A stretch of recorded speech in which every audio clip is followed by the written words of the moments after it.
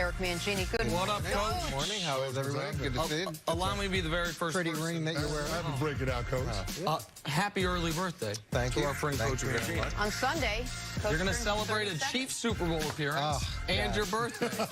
What a special day. It'll be a bittersweet. Hope we can do it together, Coach. It'll be so wonderful. Oh, yeah. Happy early birthday, Coach. All right, Aaron Rodgers and the Packers will be in San Francisco to face Jimmy G and the 49ers Sunday, 6 p.m. Go watch that on Fox. The winner goes to Super Bowl 54. The loser doesn't. These two teams met back in Week 12. It didn't go so well for Green Bay that time. They lost by 29 points. That was then. This is now. Coach, who wins this game? This is tough. I look at the matchup, and you look at the first game, and it's so lopsided when you see the score, but you go back and you watch it, and there's a few things that happened, especially early in the game, that could have changed the complexion of how it turned out, especially that San Francisco fumble. I don't know if you guys remember that, where it bounced funny, and they were able to get it back, and there's some early penalties. I think it's going to be dramatically different than what we saw the last time. I do think at the end of the day, because of San Francisco having as many guys throughout the course of the season having moments, having special contributions, I think collectively they're going to be a little bit better than Green Bay, and they're going to win it. So you've got what you said there I find really interesting, which is one of the things you say in the biggest spots, think players, not plays.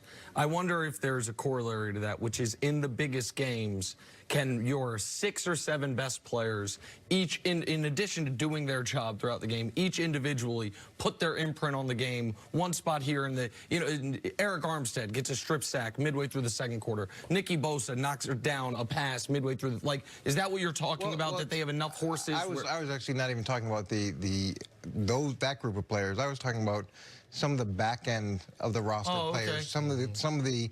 And that's usually what happens in those big games is someone has a moment that is special, and those rest of those guys are contributing in special ways that kind of propel you over the top. Remember Antoine Harris for us in New England blocked I think it was a field goal that Troy Brown ended up returning against the Steelers, and that was a moment that he had, and he was a contributor, and he played a valuable role, but it propelled us in a different way. Yeah, Coach, you can always depend on UVA guys to make big plays in big spots. But to Coach's point, he's absolutely right. I mean, you're going to have guys that are what we would call role players step up and make big-time plays. One of the guys that I'm looking at is Kendrick Bourne, the receiver for the 49ers. Seems like all he does is catch first downs and touchdowns. So, I mean, we talk about Deebo Samuel and Emmanuel Sanders and George Kittle. He can be a big factor in the passing game in terms of being able to keep the drives alive, keep the chains moving, and give them an opportunity to extend possessions. But in looking at how their regular season game went, I'm with Coach in that it felt like everything that could go wrong for the Packers did go wrong early on. Fred Warner with the strip sack ends up spotting the San Francisco 49ers a touchdown. Then you have the Packers go 3 consecutive 3-and-outs. We've talked about it before. As far as the analytics are concerned, that's the equivalent of being able to have a turnover in terms of probability scales and giving you a chance to win. So if you look at how one-sided it was in terms of the breaks going against the Packers in that first game, I mean, you can't help but think it has to be dramatically different. And then, of course, Matt LaFleur having the benefit of being able to look at the tape and see his matchups, see his offensive line against that defensive front. I think this time around, he'll have some answers to be able to counteract that. And to your point, it was also a young head coach with a team that had success that I'm sure was greater at that point than I'm sure he even imagined, going out to the West Coast to play in a big game, and there's an experience factor with that. And you heard what Aaron Rodgers said after that game. We didn't take this as seriously as we should have. We didn't approach this game the right way.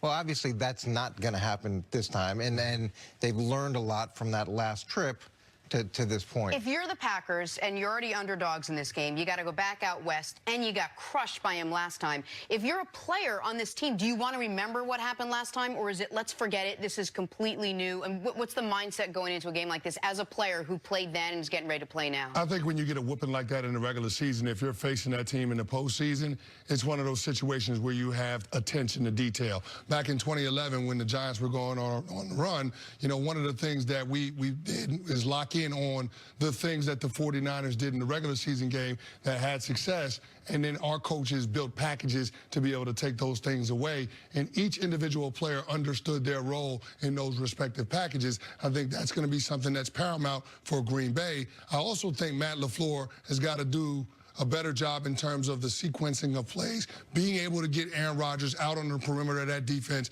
giving him some run-pass options, some high-percentage throws, because you know that that defensive line isn't going to give him a ton of time if he's 5 yards right behind the center. They are going to storm the pocket. That's why I think Matt LaFleur has to move the pocket in order to give Aaron Rodgers some time and give those receivers time to be able to throw some of those downfield routes. And to piggyback off that, as he talks about those packages and those roles, that's a little bit what I was getting at earlier with the back end of the roster, or the guys that aren't as well known. Do they keep the quarterback in the pocket? Do they hit the right gap?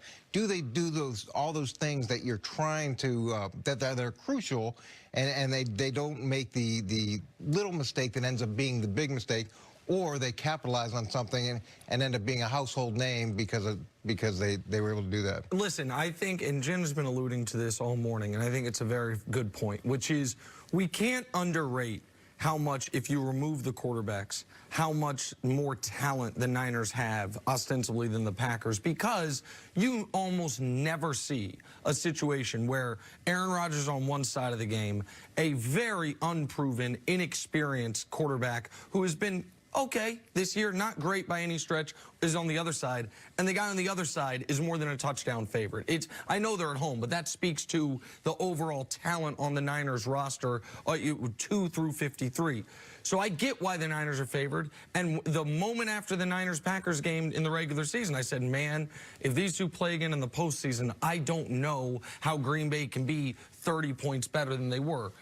Go ahead, Coach. Well, we played the Rams in the regular season the year we beat them in the Super Bowl, and that was really valuable for us. We lost, and we had one defensive approach. We had a lot of zone blitzes in that first game, and they tore us up, and we had a radically different game plan the second time we went again. We played them, and we also had the understanding of who we had to stop, what we had to stop. We had a better feel for that because it was our second matchup, and the guys took a lot away from that. All right, let's take a break. Stick around, Coach. Coming up, is Derrick Henry a bigger key in the AFC Championship than Patrick Mahomes?